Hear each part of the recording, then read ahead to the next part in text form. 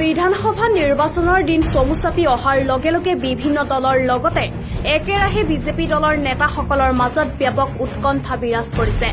দলীয় প্ৰাৰ্থিত্ব লাভ কৰি নিৰ্বাচনত অৱতীৰ্ণ হোৱাৰ আগ্ৰহেৰে বোকাজান বিধানসভা সমষ্টিৰ বিধায়ক ডক্টৰ নুমল মমিনে বোকাজান এলেকাত ৰাইজৰ মাজত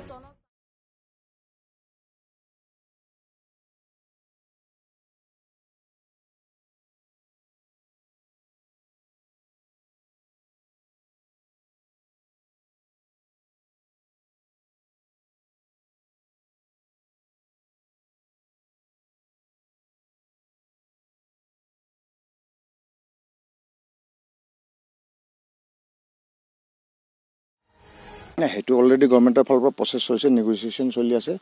সোনকালে পৰেশ বৰুৱাই তেখেতসকলক এৰি দিব লাগে, কাৰণ বন্দুকৰ বলত অসম নচলে।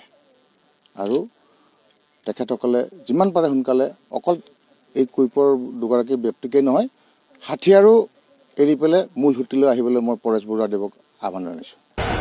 নিৰ্মল থাপা ৰিপৰ্ট, এনি ভাৰত।